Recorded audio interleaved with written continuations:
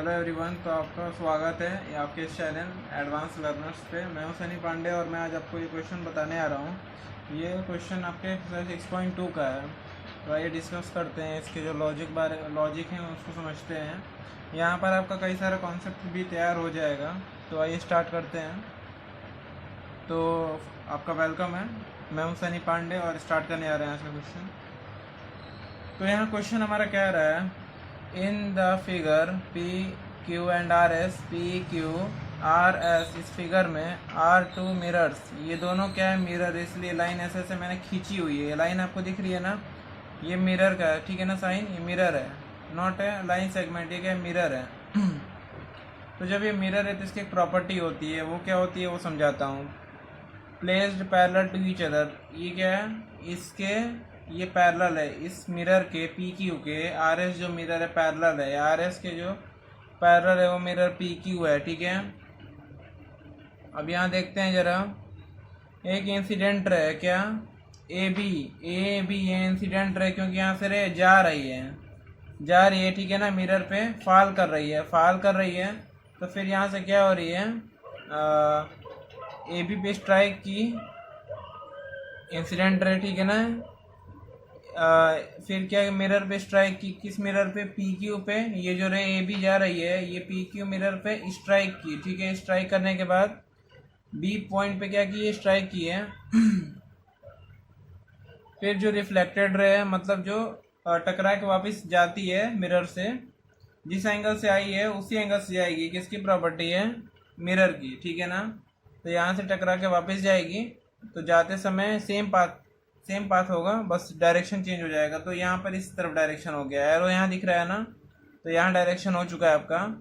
तो अब ये कहाँ टकरा रही है बताइए, जो बी सी रे है ये मिरर आर एस पे स्ट्राइक की है, टकरा गई है किस पॉइंट पे, बी सी पे, ठीक है ना। अरे बी सी आर एस पे टकराई है, यहाँ पर सी पॉइंट दिया गया है। तो रिफ्लेक्टेड रे, ये इंसिडेंट रे जा रही थी और रिफ्लेक्टेड रे आ रही थी, इसके साथ ही जब यहाँ टकरा गई तो फिर यहाँ से गई। तो ये अब सी डी रहे, ये इंसिडेंट रहे, ठीक है ना। और ये अब जा रही है, फिर टकराएगी, फिर वापस आएगी, ठीक है। तो ये चलता रहेगा क्योंकि मिरर की प्रॉपर्टी है, प्लेन मिरर है, ठीक है। तो आइए इस क्वेश्चन को स्टार्ट करता हूँ मैं। तो जो यहाँ पर कुछ इनकम्प्लीट है उसे मैं कंप्लीट कर देता हूँ। तो यहाँ पर देखिएगा, ध्यान देना है आपको कि मिरर की प्रॉपर्टी है, तो जहाँ से रे टकराती है वहाँ परपेंडिकुलर हो जाता है, ठीक है। यहाँ जैसे देखिए, यहाँ एक परपेंडिकुलर होगा, ये रहा, ठीक है ना। जहाँ टकराई एकदम वहीं से परपेंडिकुलर बनेगा, ठीक है ना। तो ये क्या है, परपेंडिकुलर, इसका नेम है कैपिटल एल, और बाकी सब तो सही है। ये एक एंगल है, एक ये एंगल है, ठीक है।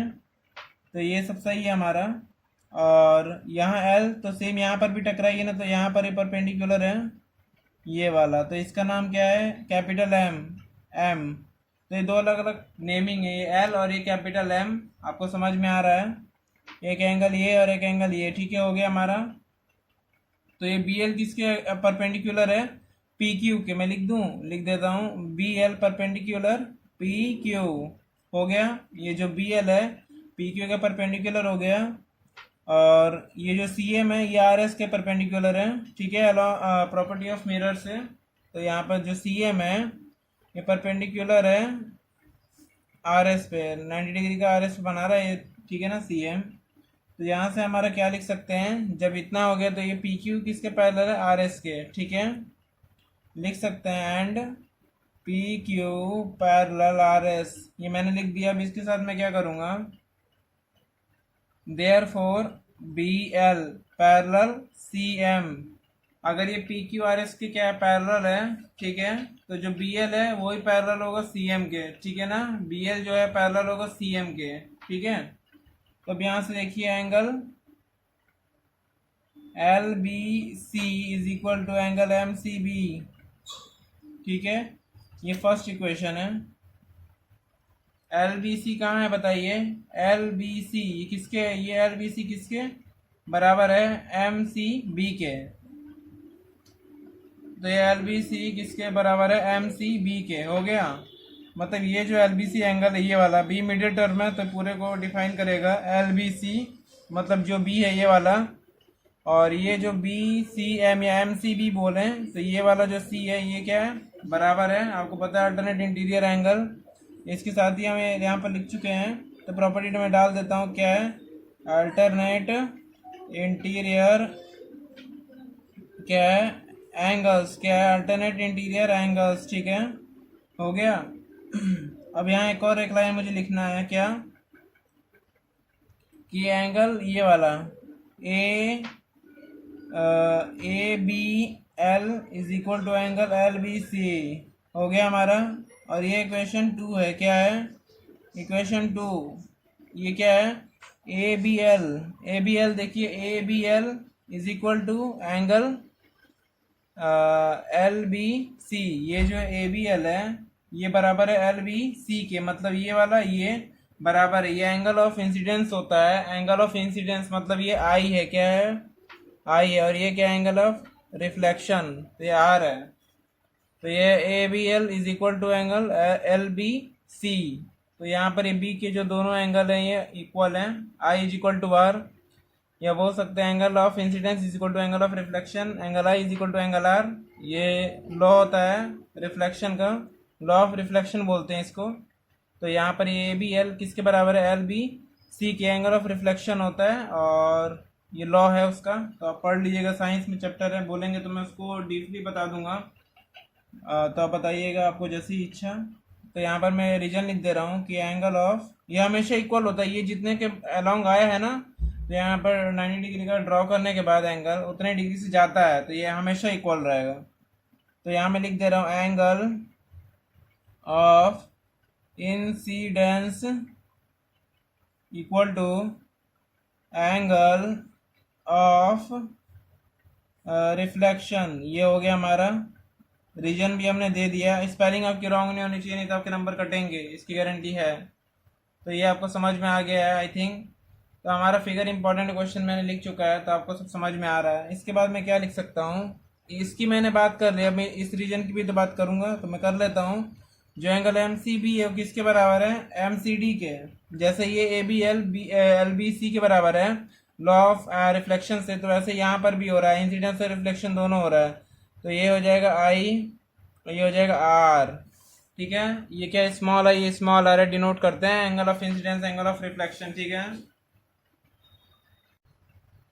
तो यहाँ मेरा सेटअप थोड़ा हिल गया था, तो उससे कोई प्रॉब्लम है नहीं। तो मैं यहाँ लिख दे रहा हूँ angle of M C B is equal to angle M C D. Law of reflection है कि angle of I is equal to angle of R, angle of incidence is equal to angle of reflection. तो मैंने यहाँ पर ये लिख दिया, तो मैं सेम प्रॉपर्टी अगेन दूंगा। ये क्वेश्चन हमारा हो जाएगा 3। मैं आपके लिए बहुत मेहनत कर रहा हूँ, तो आप इस चैनल को भी बहुत सपोर्ट कीजिएगा, और हो सके तो इसको और शेयर कीजिए ताकि ये और आगे बढ़े चैनल। तो इसमें और अच्छे अच्छे कंटेंट्स आपको देखने को मिलेंगे। तो आपको जैसी नीड आप मुझे बता सकते हो, मैं आपको वैसा कंटेंट ला के दूंगा। ठीक है ना। तो अभी angle of incidence angle of reflection के बराबर है। लॉ ऑफ रिफ्लेक्शन बोला तो अभी चैप्टर में है आपके, ये फर्स्ट लॉ है। ठीक है ना। तो ये जो M C B angle of i, ये M C D angle of r, incidence और reflection, angle of incidence angle of reflection equal है, हो गया।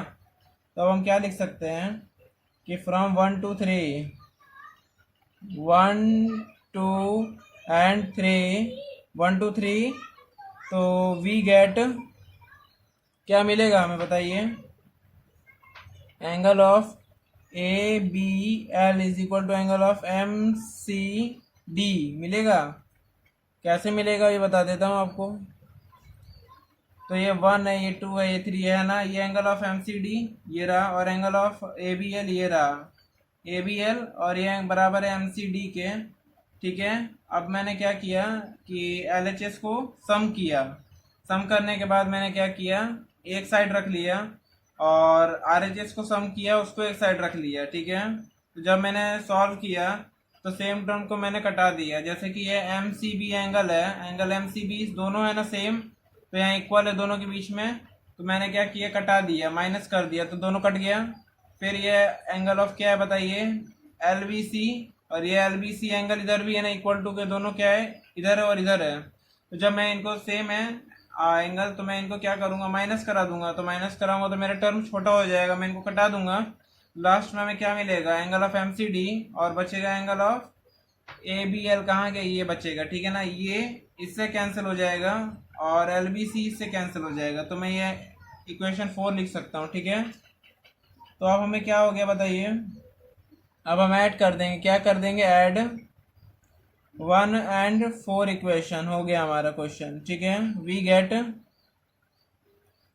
1 and 4th इक्वेशन को ऐड करूंगा तो क्या मिलेगा बताइए, 1 ये रहा हमारा 1 और ये 4, ऐड करूंगा LHS को LHS से, ठीक है ना। क्या मिलेगा बताइए वापस, एंगल ऑफ 1 पहले है तो मैं 1 लिखूंगा, L B C plus of angle A B L, हो गया।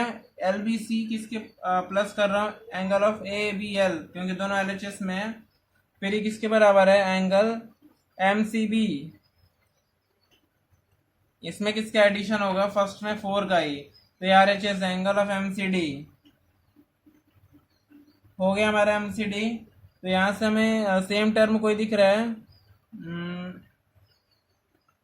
सेम टर्म है कोई बताइए, नहीं है ना, तो यहाँ पर कटाए वटाएंगे नहीं है, ऐसे छोड़ देंगे, ठीक है। अब ऐसे मैंने छोड़ दिया, यानी ये एल बी और ये सी है, ये angle of L B C, ये आर, और यहाँ पर क्या लिखा है, plus angle of A B L, ये रहा ना, ठीक है। ये angle of I is equal to angle of R, तो ये पूरा किस में आएगा बताइए, ट्रायंगल किस में, ये किस, इसको क्या लिख सकता हूँ, whole angle A B C लिख सकता हूँ ना, इस पूरे को LHS को, ये पूरे को क्या लिख सकता हूँ, angle of A B C लिख सकता हूँ ना, ए बी सी मैंने लिख दिया।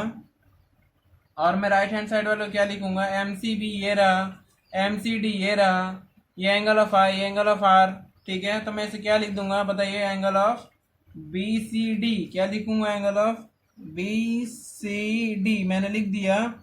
और मैं इसमें क्या लिख सकता हूँ लास्ट बताइए, अब लास्ट में मुझे बस ये दिखाना था ना क्वेश्चन में कि ये ए बी पैरेलल है सी डी के, यही दिखाना था ना, तो मैं इसे भी यहाँ पर प्रूव कर चुका हूँ क्योंकि सब बराबर है। तो मैं क्या लिखूंगा, जब दो एंगल बराबर होते हैं तो हमारे लाइनें पैरेलल होती हैं, आपको बता दे रहा हूँ पहले ही, आपको याद रखना है, ठीक है। थोड़ा सा और ऊपर करके लिख रहा हूँ, but these are alternate interior angles and they are equal, तो फिर मैं क्या लिख सकता हूँ बताइए, so A B parallel C D, तो ये मैंने लिख दिया, देख लीजिए, A B parallel C D, क्योंकि ये दोनों क्या अल्टरनेट इंटीरियर एंगल्स हैं, ठीक है। कैसे हैं तो देख लीजिए, ये वाला फिगर, ये ए बी सी, ये वाला पूरा जो एंगल है किसके अल्टरनेट है, इस वाले के जो बन रहा है बी सी डी के, ये पूरा जो अल्टरनेट है, ये पूरा वाला, ये क्या है, इसी के अल्टरनेट है, ठीक है ना, by property of lines and angles, हो गया हमारा। Again, students, be careful and take care. Take follow instructions of corona, and be aware from this disease, and care of family and friends. Now start our next question. Question number 4, exercise 6.1.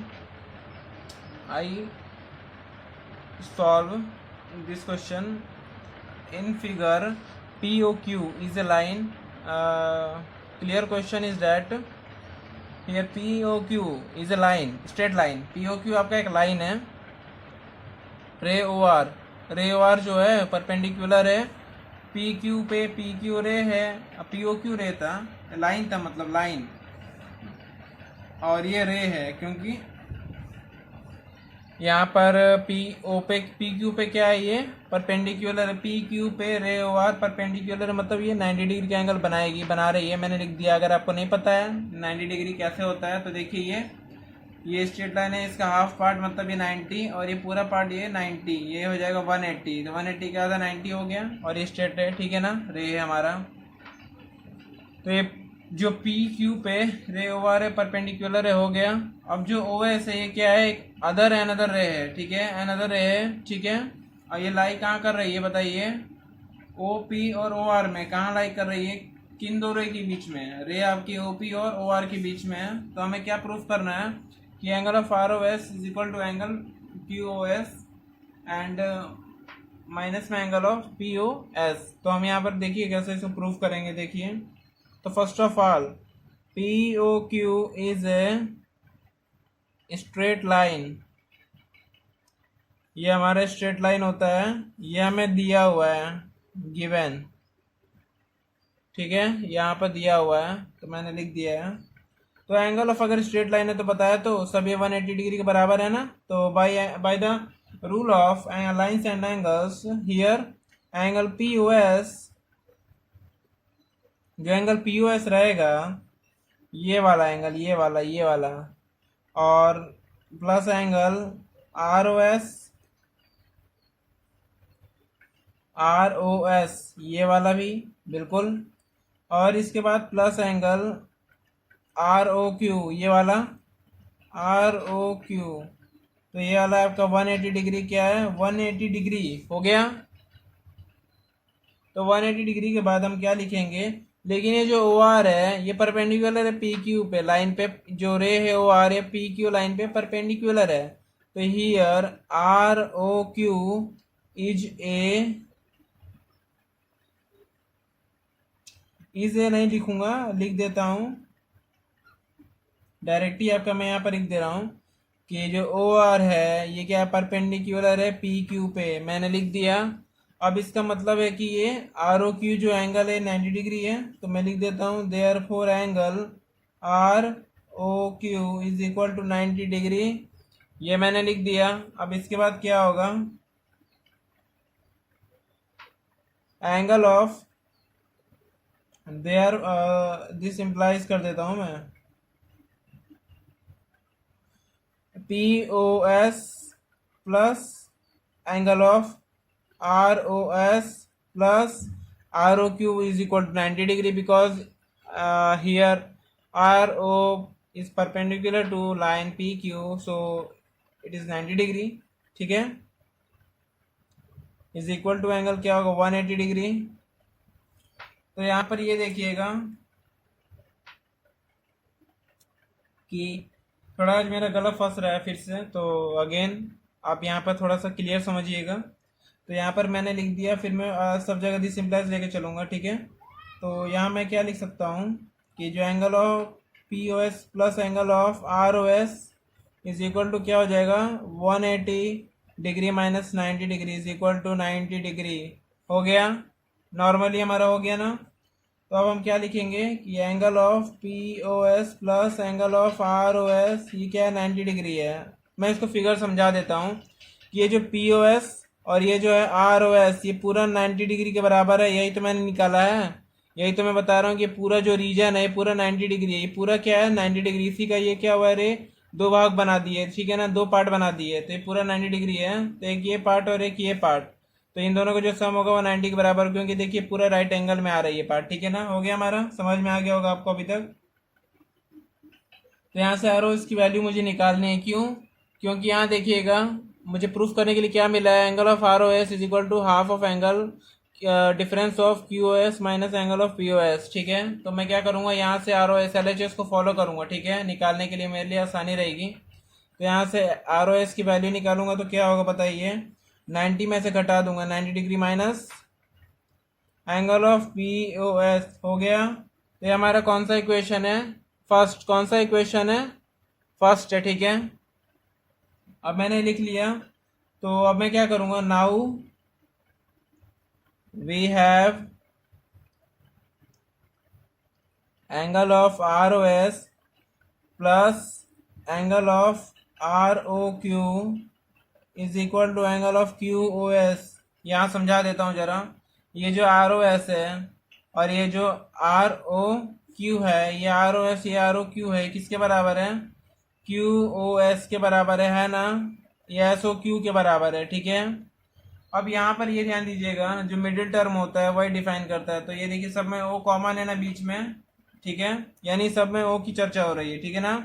तो ये जो S O Q है या S O Q Q O S है, इसमें ये दोनों का जो सम है वो इस टोटल के बराबर होता है। ये क्या है, ये जो एक एरिया और ये जो एक एंगल है, इस एंगल का और इस एंगल का जो सम रहेगा इस पूरे एंगल के क्या रहेगा, बराबर रहेगा। ये क्या है, bye the rule of lines and angles, ठीक है।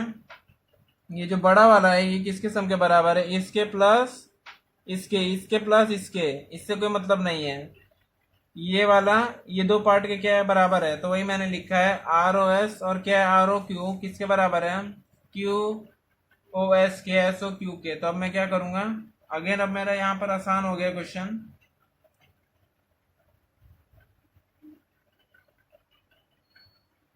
तो यहां से मैं क्या करूंगा, this implies angle of R O S plus में आर ओ क्यू कितना है बाबू बताओ, आर ओ क्यू कितना है 90 डिग्री है ना।